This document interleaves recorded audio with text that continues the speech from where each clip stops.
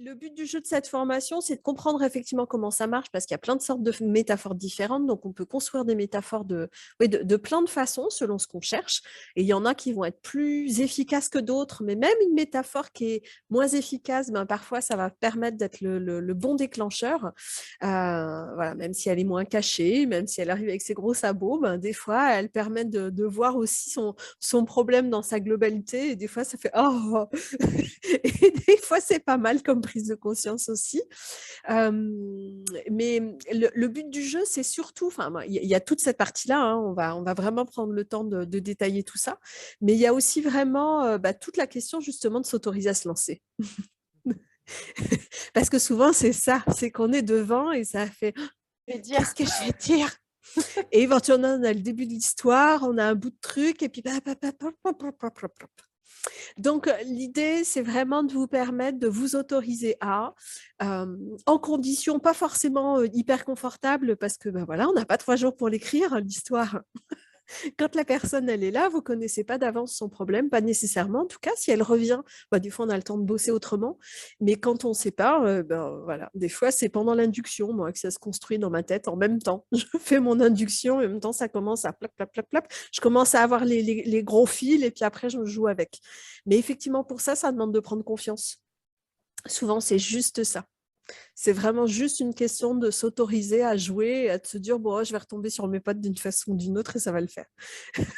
Donc, plus on pratique, et ben, c'est toujours pareil, hein, plus c'est facile. Et puis, plus on va avoir notre cerveau orienté métaphore, entre guillemets, plus on va saisir plein d'infos dans la nature, dans notre vie de tous les jours, pour se dire, ah tiens, je retiens ça, cette histoire-là. Un bout d'histoire que j'ai entendu ici et que, hop, tiens, en général, la semaine d'après, immanquablement, il y a le client nickel pour recevoir cette histoire-là. Donc voilà, le but du jeu, c'est d'ouvrir un peu ce champ-là pour que ce soit plus confortable. OK? Du coup, on va parler ce matin du rôle des métaphores, on va parler des différentes formes de métaphores, on va parler citations et blagues parce que ça en fait partie. Alors Anna, tu dis que tu as lu le livre d'Olivier Locker, moi il fait partie de mes livres un peu, enfin voilà, c'est par là que j'ai commencé, même si la première fois que je l'ai lu, j'ai refermé assez vite en faisant oh mon Dieu, c'est trop gros, je comprends rien, j'y arriverai jamais. Et puis, au fur et à mesure, voilà, j'ai repris plein de fois et plus je pratiquais, plus j'arrivais à rentrer dans ce bouquin et à comprendre vraiment tout ce qu'il racontait. Donc, voilà, du coup, dans la structure de ce que je vous propose, il y a beaucoup de choses qui viennent quand même de ce livre et du coup que j'ai pris plutôt à l'envers. Je l'ai lu d'abord, ensuite j'ai pratiqué sans le bouquin en me disant, en fait, je l'ai refermé pendant bien 2-3 ans, ce livre, je pense, à faire, Mhm. et ensuite, j'ai pu le reprendre et y remettre de la théorie, en fait. Donc, ça s'est fait plutôt comme ça. On parlera aussi anecdotes, contes métaphoriques et métaphores isomorphiques. On parlera métaphore ouverte simple.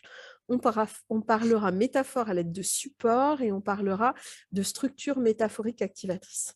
OK? Euh, alors d'abord, je me suis dit qu'on allait peut-être commencer par une définition de la métaphore. Alors, j'ai été prendre le Robert.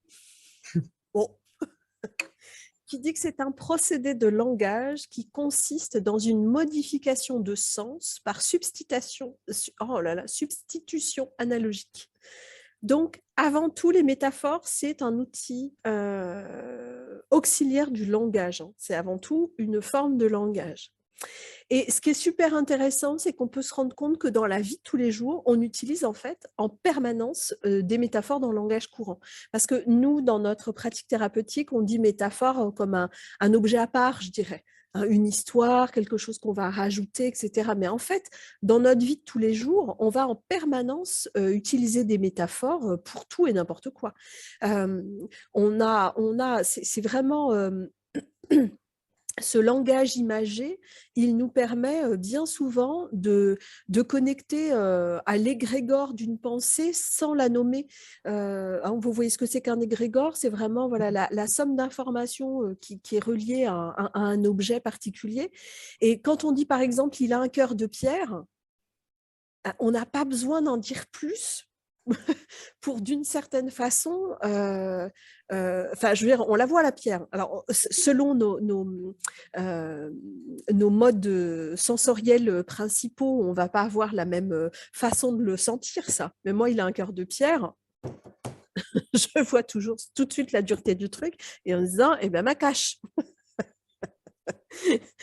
C'est quelqu'un de dur. Enfin, même quand on dit c'est quelqu'un de dur, on se doute bien que son corps n'est pas dur. Là aussi, on est déjà dans la métaphore. Et en fait, ça, on va le faire en permanence. Donc, déjà, dans votre clientèle, votre client vient avec ses métaphores et va vous raconter tout un tas de choses, va déjà vous apporter de la matière métaphorique en permanence. Ça m'assied, il est doux comme un agneau, etc., etc. Dans le langage courant, on a chacun nos expressions un peu fétiches, hein, qu'on va réutiliser encore et encore, et on en utilise tout le temps, à chaque instant, en fait, on va avoir des métaphores qui viennent. Sur un plan étymologique, le mot métaphore vient du grec métaphora, qui signifie transport. Du coup, une des définitions admises dans on va dire, dans nos sphères de travail, c'est que la métaphore, c'est un procédé linguistique, donc, par lequel on transporte une signification, une compréhension, de manière cachée dans un mot ou un groupe de mots. Alors, de manière cachée, plus ou moins, hein. Il y a des fois des métaphores qui sont effectivement gros, voilà, qui viennent avec leurs gros sabots, là encore, c'est métaphorique ce que je dis, mais c'est plus ou moins caché, mais en tout cas, il y a cette question de transporter une signification, une compréhension via un procédé linguistique.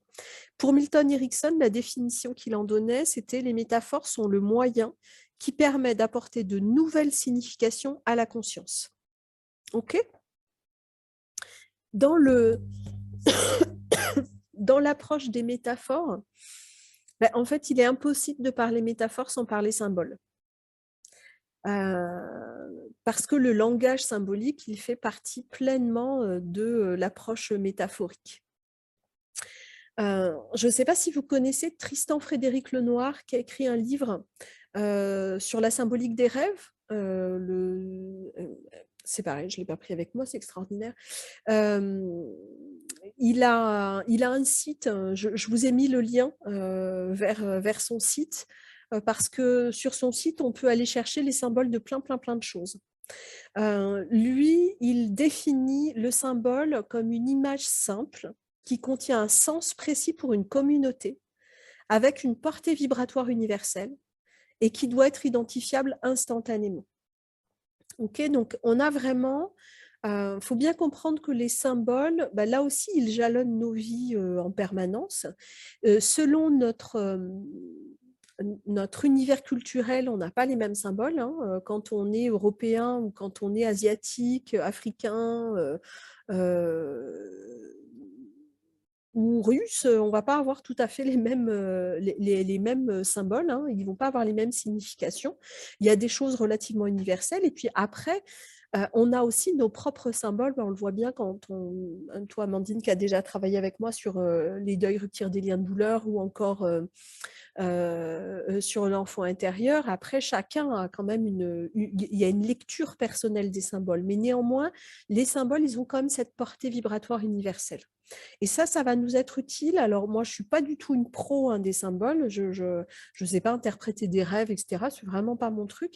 Néanmoins, d'avoir sous le coude un bon dictionnaire des symboles, donc c'est souvent, on les trouve plutôt dans tout ce qui tourne autour des rêves, effectivement, cette littérature-là.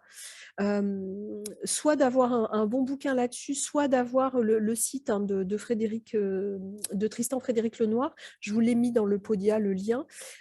C'est super intéressant parce que vous pouvez aller construire des choses. Alors, en plein milieu de la séance, non. Mais parfois, ça va vous permettre, quand vous avez une intuition, une idée, de pouvoir se dire, effectivement, tiens, cette idée-là, je vais aller voir ce que ça signifie. Ah, bah oui, ça colle parfaitement, nickel, je garde. D'accord ? Donc, les symboles, ils vont souvent être au cœur de la construction métaphorique. Donc, En termes d'usage thérapeutique des métaphores, voilà, j'ai trouvé une définition de cet usage thérapeutique qui me plaisait bien, d'une kinésithérapeute et qui est aussi auteur, qui dit: «La métaphore est conçue pour permettre de comprendre quelque chose et d'en faire l'expérience en termes de quelque chose d'autre, c'est-à-dire en transportant un savoir d'un contexte à un autre». Et c'est bien souvent ça, effectivement, qui va nous permettre de faire le lien. Donc, c'est grâce à ce décalage contextuel que la métaphore est en mesure de produire quelque chose de nouveau qui dépasse le simple sens des mots. Longtemps considérée comme une simple figure rhétorique, la métaphore est de plus en plus étudiée pour comprendre comment ce quelque chose de nouveau peut en émerger et quelle en est l'efficacité. Puissant outil de changement de la réalité du patient, il n'est pas étonnant qu'elle soit employée pour soigner, métaphore thérapeutique, dans des spécialités variées comme l'hypnose, l'art-thérapie, l'éducation thérapeutique et plus généralement les thérapies narratives. Et effectivement, ce qui va être vraiment intéressant, c'est que quand on colle trop, comme tu le disais Amandine, au problème, ben, du coup, la personne est tellement bloquée dedans qu'elle n'a pas d'issue. Elle n'en voit pas. Elle n'a pas la possibilité immédiatement de créer finalement la nouvelle connexion neuronale qui permet de créer une solution nouvelle, de trouver le dénouement. Par contre, le fait de faire une analogie, de transporter effectivement ce problème-là dans un autre contexte, donc ce n'est pas tout à fait le même problème, mais il y a des résonances, des choses comme ça, le fait de trouver la solution par ce biais-là, puisqu'on a pu la transporter là, on va pouvoir le transporter dans l'autre sens. C'est-à-dire qu'on exporte le problème et on va importer la solution. C'est ça qu'on va faire. Hein. C'est vraiment à ça que ça va servir. Donc, employer la métaphore en thérapie, ça relève de l'idée de permettre au patient de réexplorer sa propre histoire à la recherche d'un nouvel éclairage pouvant déboucher sur un changement cognitif, émotionnel ou comportemental. C'est vraiment ce qu'on va chercher à faire. Du coup, les métaphores, elles vont pouvoir permettre plusieurs choses. De semer des graines de changement, hein, c'est-à-dire qu'on va avoir toujours plusieurs niveaux de transformation liés aux métaphores. La métaphore, elle peut simplement permettre de semer des graines. Et des fois, c'est déjà pas mal. Parfois, on va dire une chose une fois, voilà, on va utiliser une métaphore à un moment donné. Il ne va pas y avoir un impact tout de suite parce que c'est peut-être encore un peu éloigné pour la personne. Et c'est peut-être 1 an plus tard que la personne va vouloir régler le problème pour lequel elle était venue au départ. Peut-être que là, elle sera vraiment prête. Celui sur lequel vous aviez mis le doigt, mais ce n'était pas le moment. Simplement parce que vous aurez déjà semé les graines par une petite anecdote, une blague, une histoire courte, un truc qui est passé comme ça, puis pouf, la personne n'y a même pas fait attention, elle ne sait même pas si vous vous adressiez vraiment à elle, mais ça a fait son chemin et ça a permis d'eux ensuite amorcer la transformation. Ça peut permettre d'éclairer un point de vue, voire d'en changer. Donc, ça peut servir en termes de recadrage aussi. Ça peut permettre de prendre conscience d'une situation, parce que parfois, la personne ne la voit pas du tout. C'est la situation que vous voyez en plein milieu du chemin. Hein, c'est l'éléphant l'éléphant dans la pièce. Ça peut permettre de mobiliser des ressources, donc d'aller vraiment chercher des possibilités, des capacités, etc. Et ça peut permettre d'aller vers une solution. Donc, il va y avoir plein de possibilités d'utilisation de la métaphore. Les métaphores, on considère qu'elles peuvent être soit ouvertes, soit fermées. Soit de surface, soit profonde. OK ? Ça, c'est la première porte d'entrée, c'est celle-là. Une métaphore ouverte, c'est quoi? C'est une métaphore où la personne participe à la construction. Donc, une métaphore ouverte, c'est vraiment typiquement, moi, ce qu'on fait en hypnose humaniste, dans moi, ce que j'appelle l'imagination transformatrice, dans la méthode JIA, etc., où là, vraiment, la personne va participer à la construction de la métaphore, plus ou moins. Mais en tout cas, elle va être active à un moment donné dans la métaphore. Elle va apporter sa pierre, on va dire, à l'édifice, elle va apporter son regard, ses propres images, son imagination, etc. Donc, c'est ce qu'on appelle une métaphore ouverte. Alors, elles peuvent être plus ou moins ouvertes, c'est-à-dire que ça peut être totalement ouvert, on va y revenir, hein, mais ça peut être également en partie dirigé et la personne prend part à l'intérieur de la métaphore. Ce sera quand même ouvert. Les métaphores fermées sont celles que la personne écoute. Donc là, c'est vraiment le « il était une fois », quoi. Même si on ne dit pas toujours « il était une fois ». Mais c'est l'histoire qu'on raconte. Et aussi, j'allais dire curieux, il n'y a rien de curieux là-dedans, hein, mais parfois, en tant que thérapeute, on peut se sentir un peu gêné d'aller raconter une histoire à quelqu'un. Parce que c'est plus des gamins, quoi. Alors avec les enfants, on peut s'autoriser un peu plus, et puis parfois avec les adultes, on n'ose pas trop raconter une histoire qui commence en « il était une fois ». Et pourtant, tout le monde adore écouter des histoires. Donc vraiment, s'autoriser aussi, quand on a un truc, on se dit « ah ouais, ça serait bien pour la personne », s'autoriser à aller lui raconter une histoire du soir, là, qui n'est pas du soir du tout, mais c'est pas grave, mais voilà, aller lui raconter quelque chose, c'est vraiment un cadeau à lui faire, parce que pour beaucoup de personnes, c'est un moment vraiment, vraiment agréable. Bon, vous allez l'expérimenter, hein, d'ailleurs, mais c'est toujours chouette de recevoir une histoire, en fait, de se laisser embarquer.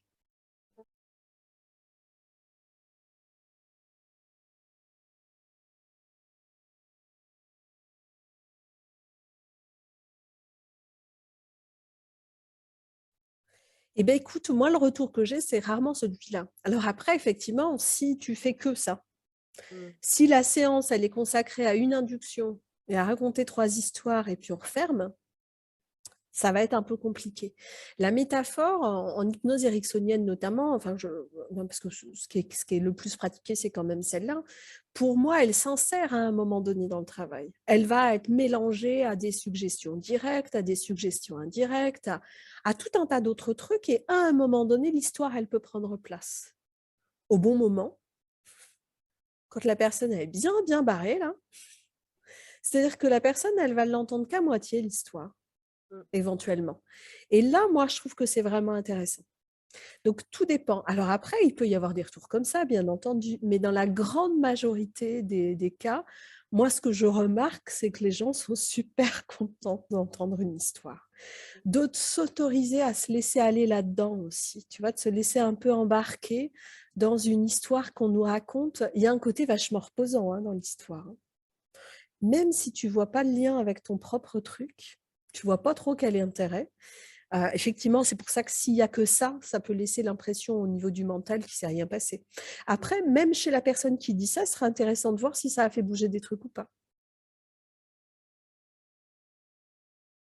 Une séance que métaphore, non. Alors, ça dépend, hein, ça dépend du type de métaphore. Mais on va en parler. Quand l'enfant intérieur, on est que dans la métaphore, du début à la fin. L'idée rupture des liens de douleur, c'est la même chose. Si je fais un nettoyage intérieur, on en parlera, c'est métaphorique du début à la fin, même s'il y a plein de façons de le faire différentes. Mais parfois, ça va être, moi je sais pas, dans une séance tabac ou dans une séance poids ou enfin tout et n'importe quoi en fait. Il peut y avoir j'allais dire une structure, il n'y en a pas vraiment chez moi, mais en tout cas, je peux vraiment partir sur des suggestions directes, indirectes, etc. Et à un moment donné dans le travail, inclure une histoire. Ça, c'est tout à fait possible parce que je me dis, ah tiens, ça peut être intéressant pour la personne. Tiens, j'ai un bout d'histoire qui vient, là, ça pourrait être pas mal. Et je la glisse. Mais c'est un bout. C'est un bout de la séance, si tu veux. Donc ça, c'est tout à fait possible, ouais. Parce qu'effectivement, surtout si c'est une métaphore fermée, a fortiori si c'est un conte, donc une histoire déjà écrite, hein, donc qui n'est même pas isomorphique, qui colle pas, qui colle un peu, qui va éclairer quelque chose, mais voilà. Si c'est que ça, en termes de transformation, ça va pas être ouf, quoi. Ça va générer des petites choses, mais ça va sans doute pas suffire à amorcer une transformation complète, quoi. Et donc, je vous disais, métaphore ouverte, métaphore fermée, et puis métaphore de surface et métaphore profonde. Les métaphores de surface, c'est celles qui ont un sens évident. Je veux dire, on voit bien quand même. Les métaphores profondes, c'est celles dont le sens échappe à la personne qu'on accompagne. Alors là encore, tout dépend de la personne qu'on accompagne. Avec un enfant, ce sera beaucoup plus facile de faire des métaphores profondes qu'avec un adulte. C'est-à-dire que le lien entre ce qu'on raconte et son histoire, bien souvent, les enfants sont tellement habitués à ce qu'on leur raconte des histoires que bon, moi, voilà, je te propose de te raconter une histoire, tu veux bien? Ouais, ouais, ok. Attends, pourquoi je suis venue déjà? Donc, ça va être beaucoup plus facile de faire une métaphore profonde avec des gamins qu'avec des adultes, mais on pourra néanmoins en faire sans souci. C'est vraiment, voilà, le truc, ça va être effectivement de voir à quel point le sens est évident ou pas. Et des fois, on sera meilleur, on sera bien meilleur que d'autres. Il y a des fois où ce sens, cette profondeur, on va l'avoir. Nous, on va avoir une analogie où on se dit ah ouais, carrément, et la personne va rien voir du tout. Et parfois, ben, on va trouver une métaphore qui sera moyennement profonde. Et c'est pas grave. Okay, hein, on va faire aussi ce qu'on peut. D'accord? Mais en tout cas, il y a cette distinction entre surface et profonde. Donc, on a du coup des métaphores ouvertes et de surface. Donc, la personne participe à la construction d'histoire et le sens de l'histoire est évident. Exemple, un exemple de métaphore ouverte de surface. Quand la personne vous donne le départ, en fait, parce qu'elle vous a dit ma vie affective, c'est le désert. Ok, je vous propose d'imaginer que vous êtes dans le désert. Bon, voilà, hein. C'est de surface, c'est ouvert. Ce qui peut être très intéressant, hein. C'est pas un souci, hein. Parce que la personne, il va bien falloir aller la chercher, la flotte et l'oasis dans le désert. Il va falloir transformer le paysage. Donc, ça peut être tout à fait intéressant. Mais on est bien sur une métaphore ouverte et de surface. On va avoir des métaphores ouvertes et profondes. La personne, elle participe à la construction de l'histoire de manière intuitive, mais le sens des symboles exprimés lui échappe. Là, ça va être le cas, notamment dans l'approche humaniste, généralement, ou dans ce qu'on va faire avec les liens de douleur, l'enfant intérieur, etc. Où globalement, on va avoir, où le sens va échapper, c'est que, par exemple, si je prends les liens de douleur, pourquoi une clairière, un espace de rencontre, etc. Là, c'est une structure que nous, on pose. On connaît, nous, le sens métaphorique de ça, mais pas la personne. La façon dont les liens de douleur vont apparaître, ça ne va pas forcément avoir un sens très évident pour la personne. Parfois, elle va le comprendre, parfois pas, mais bien souvent pas. Pourquoi ça apparaît plutôt sous une forme de barbelé que sous la forme d'un tronc d'arbre accroché dans le ventre? Moi, je peux généralement pas l'expliquer non plus, peu importe, hein. Donc voilà, ça va être des métaphores ouvertes profondes. On va avoir des métaphores fermées et de surface. Donc là, c'est vraiment la personne qui écoute une histoire racontée par le thérapeute. Elle en comprend le sens et l'intention. Ça peut être intéressant, notamment la métaphore fermée de surface, pour bien mettre le truc en face de la personne. C'est-à-dire que là, elle peut plus ne pas le voir, quoi. En termes de prise de conscience, c'est pas toujours confortable pour la personne qui la reçoit, celle. Ça peut faire un peu mais n'empêche que parfois, moi je trouve que ça peut être intéressant de passer par là pour vraiment mettre la personne face à ses contradictions, face à ses difficultés quand justement, en gros, elle veut pas y aller là, hein, la baguette magique, à un moment donné, là-dedans, des fois, ça peut être intéressant que ça fasse un peu poum. OK? Et la métaphore fermée et profonde, là, la personne va également écouter une histoire racontée par le thérapeute, mais elle n'en comprend ni le sens profond, ni l'intention. Donc là, on va retrouver notamment les contes métaphoriques et parfois les métaphores isomorphiques, on va reparler de tout ça. Certains contes métaphoriques ont des sens vraiment que la personne ne comprend pas, même si elle prenait le temps de lire l'histoire en état de conscience habituel, elle en comprendrait parfaitement le sens. Mais dans l'endroit où elle est là, à ce moment-là, ça passe comme une histoire qui ne la concerne pas nécessairement. On sait que les métaphores profondes, qu'elles soient ouvertes ou fermées, sont les plus efficaces. En termes de transformation, d'aller vers la solution, ça va être les métaphores les plus efficaces. Okay, ça ne veut pas dire qu'on ne va pas utiliser les autres, vraiment. c'est vraiment intéressant d'avoir dans sa poche aussi des métaphores, même si elles sont de surface, qui vont parfois agrémenter une séance, la compléter, permettre d'aller un peu plus loin, d'avancer un petit peu dans le schmilblick. Ça peut être vraiment intéressant.